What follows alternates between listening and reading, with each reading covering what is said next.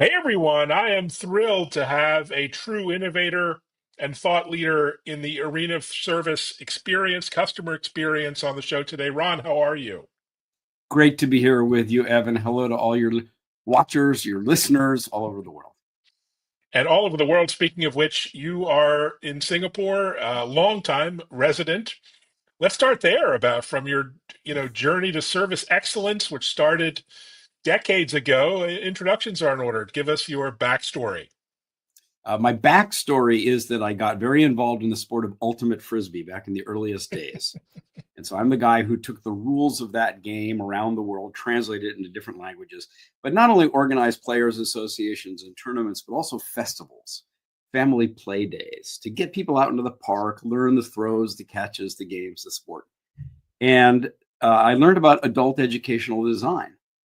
So back in the 80s, the 70s even, Singapore's economy was changing. The manufacturing went to China, and all the back office and data processing and call centers went to India. And so the country realized it had to come up the value chain. And if you look at Singapore today, it's all services. It's financial, Mm. medical, legal, convention, hospitality, supply chain, high-end logistics. And they needed to educate hundreds of thousands of working adults in how do you actually give somebody else a better service experience, and needed someone who could make that curriculum, could make that educational experience engaging, effective, enjoyable for adults. I knew how to do that from Frisbee festivals. So they invited me for 1 week. It became a month. It became 7 months. It's become 34 years. 34 years. Time flies indeed. And you talk about creating uplifting service cultures, which you've done so well. How do you define that? That's a kind of a nebulous concept. That's actually a great way to start the conversation. Good question, Evan. Uplifting service, that name was chosen very specifically for three reasons for the word uplifting. Number one is, of course, for whoever the customer or the client is or the internal colleague, you want to give them an uplifted service experience, better service. But for the service providers, it should also feel uplifting to give somebody else more value, to respond to their needs, to be more effective in what it is that you're doing for them, the action that you take. And the third is that, at least back several decades ago, the whole idea of being in service to somebody else could be seen as diminishing. Hmm. Like, you're the lower person because you're serving someone. I said, no, no, no, no. We need a different definition of the word service. So the definition I use is this: service is taking action to create value for someone. And if you think about it, just like your eyes popped up, it makes sense in every industry. It makes sense for every position, internal and external.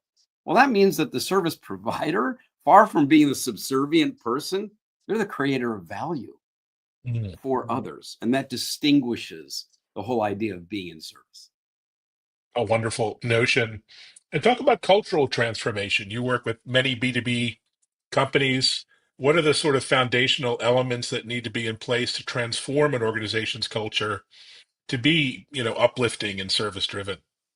Got it. So you're right. The number of organizations, the diversity of organizations that I work with include every major industry in countries all over the world. We've been translated my materials into 15 languages, as Wow. well as government agencies, schools, universities, nonprofits. So you think about it, everybody's doing something for somebody else in some form of organization. That is a service.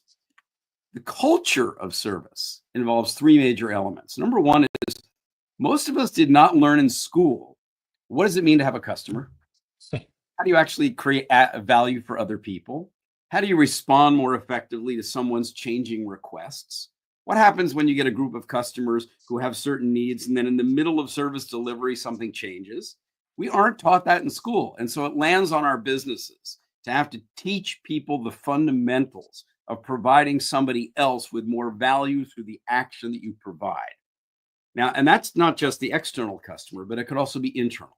So people, let's say from shift to shift, or head office to field office, or from one department to another. And so all of the internal coordination that goes on within organizations is a form of what I call internal service. So the better internal service culture you have with each other, the easier it is for the organization to provide that external customer or client with a better service experience. So we have to start by teaching people what they didn't learn in school. And then there are building blocks for organizations, things like who do you recruit? How do you orient new people? How do people get recognized and rewarded? How do you capture the voice of customer and who actually hears it? How does the organization respond to it? What do you do when things go wrong? What's your service recovery policy? And there are 12 building blocks that I've discerned and then found the best practices and help organizations do an audit to see how are we doing in what we're doing and how do we improve those. And then the third and final piece is the leadership of the organization. Service can often be seen like, well, get those people that serve the customer to do a better job. But if the leaders don't know what it is that they're talking about, if they can't walk the talk the talk, and actually perform as better service providers internally for their staff, then the culture never really takes A brilliant insight. And when you talk to clients, what do you see as the biggest misconceptions about establishing a service culture exist? What are the pitfalls that you come across again and again? Well, in today's era, it seems like everybody thinks that technology is going to make everything better. Like, oh, it's all going to be a technologically driven world. And so the people are going to be less important. Not at all true. Because all of the tech that we're building, in order for it to be valuable, you're talking about a human being who's going to be the recipient of and the assessor of whether or not that's actually valuable. So when you design technology, you've got to be thinking about it in terms of doing it for a human, not just improving efficiency, not just getting greater productivity, but having the human experience of being supported by that technology being better. And that means that people who are developers, I know you've got a lot of them listening in on the call here, for example, have to be thinking about not just how do I make it work, but how do I make it work and make it a good experience for the human being who's going to be the user of it, the recipient of it, the customer of it. A good example of that is when banks closed their branches and wanted everybody to go, ATMs and drive-throughs. And then they wanted us all to go online. And now it's all just being done on apps, which is fine, except that you've got a lot of banking customers who are a bit older, who happen to have a lot of wealth, who aren't necessarily as comfortable with that digital device as the younger generations are. Now, that doesn't mean that you leave the branches open, but it may mean that the bank needs to provide other human beings, preferably friendly people, attractive people who can spend a little time with those older customers to be right there with them and teach them how to make the migration, teach them how the new app works, and give them the human to human encouragement. That's right. I knew you could do it. Just like that. Oh, you're getting the hang of this. By the time somebody's helped somebody else one or two times, then you won't need to provide that help anymore. And you've successfully migrated the human into a more technologically driven platform. But notice that the organization can't think about that as sort of a second thought. You should be designing that into the way you're going to cascade and roll out that new tech in the first A brilliant thought. So everyone's now focused on measuring everything, people, processes, businesses. I mean, how do you measure the success of service initiatives if you're a global brand, if you're Starbucks, and when place. there's Yeah, so if many you're intangible elements and you're dealing with people across the globe? and you're dealing with people across the globe in different cultures who have different expectations, who have different preferences, and it's fast changing. Not Mm, only because humans are changing and our ecosystem of social media, et cetera, is constantly stimulating us in different ways, but the competition is always changing. So, one of the principles we teach is called measure what really matters. So, let's use a commercial business that has a top line revenue objective, has a bottom line profitability target. It's got shareholder value. It's got share of market. Those are the top financial outcomes that an organization wants to achieve. How do you know that you're going to get that? Well, a precursor, a pre-indicator of that would be if you are doing well in all of your scores. If your customer satisfaction score, your loyalty score, your customer effort score is going down, your employee engagement score is going up, if all your survey indices are improving, then you're going to get the financial outcomes. But you don't necessarily do those surveys every day. So then what would be the precursor, the indicator that you're going to do well on your survey scores? Well, that would be if you're getting a lot of compliments. If you're getting a lot of compliments and people are giving you the 5-star reviews and the pat on the back and the attaboys, and then when the survey time comes around, you're going to do well, and that you're going to be hitting your financial targets. Now, why do people give you a compliment? Is anybody going to give you a compliment for doing what they expected? No, if you do what's expected, like you satisfy the customer, you're not going to get a compliment for that. People will give you a compliment when you come up with some insight, some idea, and take some action that isn't necessarily what they already expect. So then what you want, if you're the leader of an organization, is to measure in your culture, how many new ideas have we come up with this month? How many new actions have we taken this week? And it's not just externally for the customer. You could, for example, say, we're going to have a contest inside the organization, a special award given by the CEO.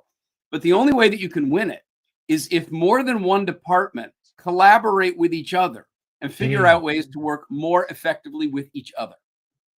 Great. So then you've just driven the urge to create more ideas to improve internal service, which makes the organization more efficient, provides the compliments, the recommendations, etc. Oh, so well said. You mentioned employee engagement. As you know, we're in a crisis of engagement in the US, but other places globally. Yeah. It's a real problem. Even before the job starts, a third of Gen Z employees aren't showing up the first day for the job. So, how do you build a service culture around employees that feel empowered and engaged on a day-to-day basis? And who's doing it well? Well, in every industry, there are companies that are doing it well. Um, and remember, I referred to those 12 building blocks. So Mm. I'm going to use an example of just one of the blocks. It's block number 2. It's called an engaging service vision. Now, I don't really care if an organization calls it a mission, a vision, a credo, a values, principles, Mm. guiding light. Doesn't matter. What matters is it engaging? Is it about service? And does it provide the kind of vision that makes people say, I want to work there? I want to be a part of that. So I give you an example. Singapore Airlines has a tagline. It says, service even other airlines talk about. Wow. Yeah, exactly, exactly. Now imagine what that feels like if you're chosen to be a member of the cabin crew, or you're hired as a pilot, or you're somebody who works in sales. I mean, you literally are coming to work in an organization where this ethos is, what can we do that's unique and distinctive and different? And it's not just a vision. They've got the recognition programs for it. They've got the communications that they use throughout the organization to tell each other about what each other is doing that makes that real, that makes that come alive. So there are many other organizations that are of a similar ilk. You probably know the credo from Ritz-Carlton Hotel. It says, we are ladies and gentlemen serving ladies and gentlemen. Now, that's kind of a cool phrase because it automatically attracts people who want to work in a sophisticated, elegant, refined environment, and it automatically keeps away those who are more hard charging or should be working at Club Med. Right. So just having that engaging vision. Nokia, for example, when we worked with them, 6 words: know how, act now, create wow. Steris, which does sterilization of hospital equipment. Mm. Now they've got, you go into a surgical suite, you go into an ambulance, you go into an emergency room. Every single piece of equipment's got to be sterilized after every single use. And a lot of that equipment is the same across the different Mm. ecosystems, but the environment where it's being used is different. So the phrase that we help them develop, and they've built a whole culture around it now, is called achieving one-of-a-kind service. In other words, they want each customer to feel like the way we are serving you is one of a kind. We know who you are. We know what you need. Now, if you work in an organization like that, and you were recruited into an organization that you know is like that, and you were oriented into an organization where they showed you that it was real, and people were being recognized for it and compensated for it, and then you build a kind of culture where people want to come to work because they're proud to work there and they feel good about themselves when they do the work that the company is all about. A wonderful sentiment. But I have to ask you, with the rise of digital and AI, we have more channels than ever. Everyone's pushing for automation and conversational AI and chatbots. How do you balance this human touch that you're talking about with technology to keep this uplifting service vision when frankly, we're being bombarded with tech that sort of designed to automate and, relieve humans of any service interactions. Well, that's an interesting expression. Relieve humans of any service interactions. Yet, when you think about what we are as humans, what makes us human is not just our ability to interface with digital tech, right? We are people who are dependent upon other people. We were created by other people. We were raised by other people. If we have a sense of affection, it's for, well, it could be for dogs, it could be for pets, it could be for nature, etc. But we're human. Philosophically, and I enjoy that kind of study as well, there's been a mistake going on for quite some time where the entire philosophical universe has been focusing on what is a human being? And that's the wrong question. The right question is, what is being human? It would be like asking, what is a tree? But not wanting to talk about clouds, rain, fire, dirt, birds. The fact that the dirt that the tree is growing out of used to be old trees that all fell apart and did. So now you look at a human being in the human ecosystem of our society, and we happen to be alive in an era where technology, as you said, is bombarding us. How far does that need to go before we start to realize that's not terribly satisfying? I don't feel emotionally fulfilled. How do I get a sense of well-being in my life? And that's part of why you're seeing the pendulum going like this right now. Yes, boy, have we developed technology, and that's not going to stop. But we've also got to get even more aware and more sensitive and responsive to and providing for human beings' emotional care, well-being of your body, well-being of your relationships, well-being of your role in community, well-being of your participation in society. And given the fact that we're all mortal, and the question really is, what are you going to do with the rest of your life? Then you don't want people saying, well, I'm just trying to score as many likes as I can before I die. You want people who are actually looking at life and saying, what kind of a contribution can I make to the well-being of others? A wonderful, uplifting sentiment. So if you're a business leader, CXO, watching, listening, what is their role in building a service culture beyond buying and reading your book? Are there specific actions or behaviors that they need to really embark on to implement an uplifting service culture? Yeah, aside from buying and reading the book and going to the YouTube channel and enjoying the hundreds of videos that are there, if you're the CXO, then you really, I don't want to make it too hard and say you have a responsibility. Let's just Mm, say you have the privilege of being the person inside of a complex organization whose job it is to keep that interface of taking care of other people, that interface of listening to the concerns, the anxieties, the hopes, the dreams, the fears of other people, internally and externally, and making that something that the people inside the organization become curious about, become good at, and then are open, willing to, and share with each other to come up with ways to respond to. So I really think that a CXO today is one of the most important people in the C-suite, and you need to take your responsibility as it's like if you're legal, make sure people don't end up in court. If you're finance, make sure we don't go bankrupt. But if you're CXO, make sure that people are focusing on, thinking about, curious about, paying attention to the experience of the human beings. Those are called customers. The experience of internal colleagues. Those are called internal service providers, another form of customer. And that's your job to keep that at the top of people's curiosity. well said. Well, that's a mic drop moment. So we'll switch to you. What are you excited about 2025? What's on your radar the next few months and weeks? What sort of trends are you looking at? Do you have any travel or events coming up? Yeah, pre-COVID, I was a guy literally on 100 flights a year. There was that moment when I was platinum in 3 different airline groups. I'm Wow. like, this has gone too far. And COVID came along, and it was a gift in a way because it settled me down.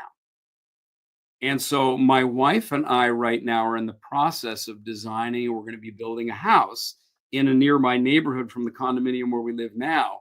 And the objective is to create a space to thrive in place.